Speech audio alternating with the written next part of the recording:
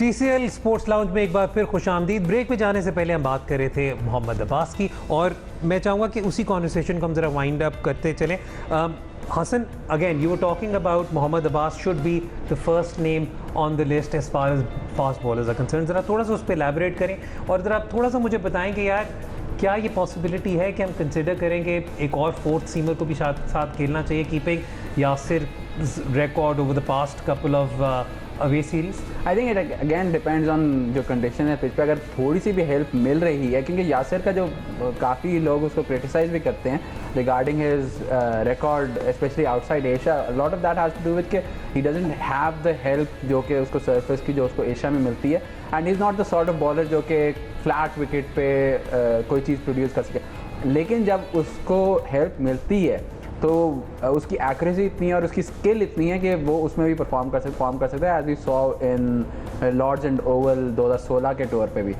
तो again it goes back to the pitch, but at the same time I have my doubts कि अगर आपने चौथा seamer खिलाना है, इट्स नॉट लाइक कि आपके पास से आमिर है जो कि आगे खेला सोहेल खान के ऊपर। I know is taken 2 5 warm up matches में, आई नो कि उसका एज बैस्टन 2016 में 5 पर था, but I have my doubts over him. I think is ideally suited for England, क्योंकि ड्यूक्स की बॉल वो यूज़ कर सकता है। स्विंग बॉलर है कंपेयर टू पाकिस्तान में जनरली, जो पाकिस्तान का फास्ट बॉलिंग यूनिट है जनरली सीम बॉलर्स पे है। But the question with Sohail is कि Sohail was dropped in 2016-17 by Mickey Arthur based on his fitness. अगर आप उसका हिस्टोरिकल रिकॉर्ड देखें, सोहेल खान की फर्स्ट इनिंग्स एवरेज 31.5 है, सेकंड इनिंग एवरेज 123 है। आई डोंट थिंक इतना मेजर डिफरेंस होता है कभी किसी का between first innings and second innings. Exactly, like in the history since the second world war जितने भी बॉलर्स ने 100 से ज़्यादा ओवर कराए हैं सेकेंड इनिंग्स में, सोहेल खान की 123 एवरेज है और किसी की 100 से ऊपर नहीं है। तो which gives you an idea of, मतलब when I was looking at it up, तो उसके इर्द गिर्द जो नाम आ रहे थे वो देवर नेम्स लाइक केविन पीटरसन। के मतलब जो पार्ट टाइम बॉलर्स हैं वो वाले numbers, and the reason behind that is कि सोहेल की वो फिटनेस नहीं थी कि वो तीसरे सेशन तक या चौथे दिन 5वें दिन तक उस कंसिस्टेंसी उस स्पीड से परफॉर्म कर सके जो कि इंटरनेशनल क्रिकेट की रिक्वायरमेंट होती है। हाँ, डोमेस्टिक क्रिकेट में चल जाती है उतनी, मतलब कि तो आपकी 100% या 70% पे भी आ जाए तो चल जाता है, बट इंटरनेशनल क्रिकेट में वो चीज़ नहीं चल सकती।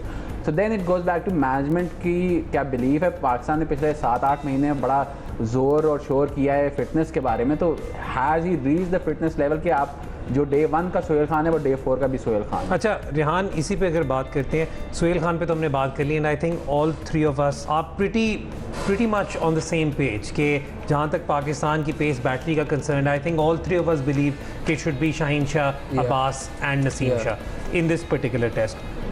अब मैं बात करना चाह रहा हूँ पर्टिकुलरली यासिर की, क्योंकि यासिर पे हसन ने काफ़ी डिटेल में बात कर दी, लेकिन मैं यासिर की कॉन्वर्सेशन इसलिए कर रहा हूँ क्योंकि आपने कहा ओल्ड ट्रैफर्ड में जो टर्न मिलता है वो इंग्लैंड में कहीं और टर्न नहीं मिलता, and we already started hearing rumours. ये बात अलग है कि कल पता चलेगा कि 2 स्पिनर्स खेलते हैं नहीं खेलते। तो ज़रा यासिर का क्या रोल होगा, what should we expect out of him, क्योंकि England still so far might only be playing with 1 spinner. I think Yasir की जहाँ तक बात है, some of his numbers outside Asia हम सब बहुत डिटेल में डिस्कस कर चुके हैं कि वो कितना अच्छा है एशिया में और कितना वो स्ट्रगल करता है बाहर जाके। One of the biggest problems that Yasir faces, मैंने पहले भी इस बारे में बात की थी कि यासिर को दूसरे एंड से भी कोई सपोर्ट नहीं मिल रही होती। तो जब Yasir has an off day, he still keeps bowling because Pakistan has generally struggled with fast bowlers holding up the other end, and we saw that in Australia as well कि वो बॉल ओवर्स करवाई जा रहा है। We had no backup to him. So I mean, the management might think that they might need a second spinner to help him out.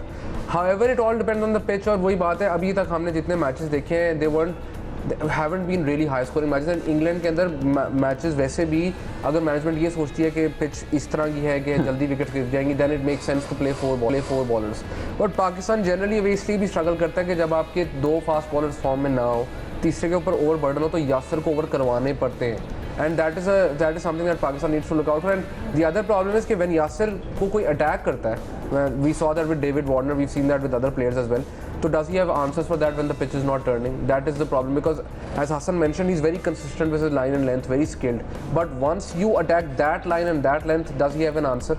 That's something that needs to be seen. But Yasir उनका या वो जो हम अक्सर बात करते हैं match winner वो स्टैटिस्टिकली भी इस तरह प्रूव होता है कि जब यासिर अच्छा खेलता है तो इंग्लैंड में आप 2 टेस्ट मैच जीत जाते हो। When Yasir has an off day तो आप 2 टेस्ट मैच हार जाते हो in this previous tour of 2016। So Yasir is very important, but how you utilize him when he is having an off day is very important. उसका confidence already हम इतना down कर चुके हैं that he needs to be protected. अच्छा, अब यहाँ पर अगर हम रेहान बात करें पाकिस्तान की बॉलिंग यूनिट की, तो we have to talk about the English bowling unit, we have to talk about Broad and Anderson and Jofra Archer and Woakes and whoever else might show up there, ठीक है। और obviously वहाँ पर हम देख रहे हैं कि वहाँ पर कैटेगोरिकली ये कॉन्वर्सेशन इसलिए ज़्यादा सिग्निफिकेंट हुई हुई है क्योंकि हमने वेस्ट इंडीज़ की सीरीज़ में भी देखा कि ब्रॉड को जब एक दफ़ा पहले मैच में उन्होंने ड्रॉप किया तो उसके बाद जिस तरीके से Broad came back, oh my god, that was an eerily good performance, right? तो ज़रा talk about that as well, क्योंकि जहाँ तक जो मेरा अपना पर्सनल ओपिनियन है, ऑब्वियसली मतलब it remains to be seen कि आगे क्या होता है, कि आपका उनके न्यू बॉल बॉलर्स और आपके टॉप ऑर्डर बैट्समैन, यहाँ पर मैच काफ़ी हद तक डिटर्मिन होगा एज फार एज कॉम्पिटिशन और इज कंसर्न। तो ज़रा थोड़ा सा talk about Broad and Anderson as well and what we need to be mindful of. So firstly तो like statistically Broad has an amazing new ball record since 2017-18. Anderson हम सबको पता है in English conditions he is one of the best bowlers. And the other thing is he loves bowling against Pakistan. अगर आप उसकी averages against different teams देखें तो he enjoys bowling against Pakistan, especially in England his average is under 18. And the thing with Anderson and Broad is कि Broad over the recent years has क्यों नई ball से wicket ले रहा है कि उसकी लेंथ भी आगे हो गई है। पहले वो थोड़ा पीछे करवाता था, अब वो थोड़ा आगे करवा रहा है। एंड विद टाइम अगर आप उसकी न्यू बॉल एवरेजेस देखें तो they have kept on improving after every 4-year period. And so basically Pakistan के लिए इंपॉर्टेंट चीज़ ये है कि आपने नई बॉल से अपने मिडल ऑर्डर को प्रोटेक्शन देनी है। So it's not just about scoring run. So let's say Pakistan are 40 for none after 10 overs and आपने उसके बाद आप आउट हो जाते हैं, the ball is still considerably new. So you see off the new ball old school test cricket जो होती है that needs to be played. Obviously, if it's a loose ball, obviously you hit it for 4. But it's very important to see out the new ball. And जो आपने Jofra Archer की बात की, Woakes की बात की, once the new ball's gone, Jofra Archer is going to be a threat because Pakistan की हमने पहले बात की कि why we play well in England and New Zealand is because Pakistan deals with swing better than bounce or pace. Ours is at bounce and pace.